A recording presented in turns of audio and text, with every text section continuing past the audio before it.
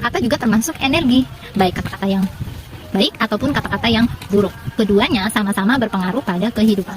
Nah, kata-kata membentuk kalimat, dan dalam kalimat mengandung informasi. Nah, informasi juga termasuk energi, bukan?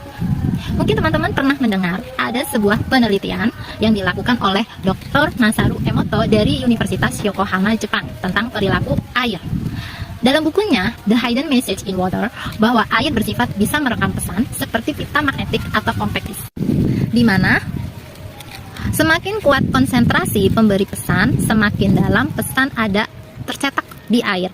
Nah, selanjutnya air juga bisa mentransfer pesan tersebut melalui molekul air lainnya.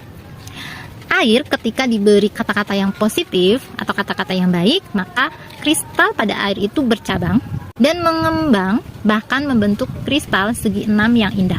Dan ketika dicoba dibacakan doa-doa, kristal bersegi 6 dengan 5 cabang muncul berkilauan. Masya Allah. Jadi kata-kata yang positif, yang baik itu berpengaruh pada air. Keren ya? Nah, suara juga termasuk energi. Beberapa riset menunjukkan bahwa suara mempengaruhi pertumbuhan tanaman. Menurut Dominic Hess, pakar biofilia, bahwa berbicara dengan baik pada tanaman akan mendukung pertumbuhan tanaman tersebut. Biasanya tanaman akan bereaksi dengan baik pada getaran tingkat yang rendah, antara sekitar 115 sampai 250 Hz.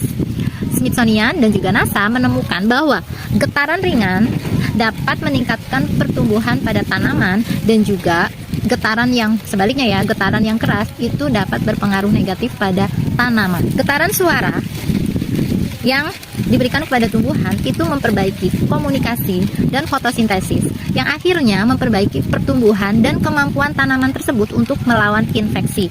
Nah, artinya ketika kita memberikan getaran atau suara dengan vibrasi yang rendah, dengan yang baik tadi ya, artinya tanaman tersebut dalam kondisi bahagia sehingga mampu melawan infeksi yang ada.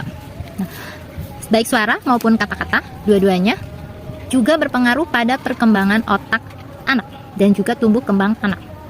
Menurut dokter ahli otak dari Neuroscience Indonesia, Amir Zuhdi, ketika orang tua membentak anak, maka rasa takut itu muncul.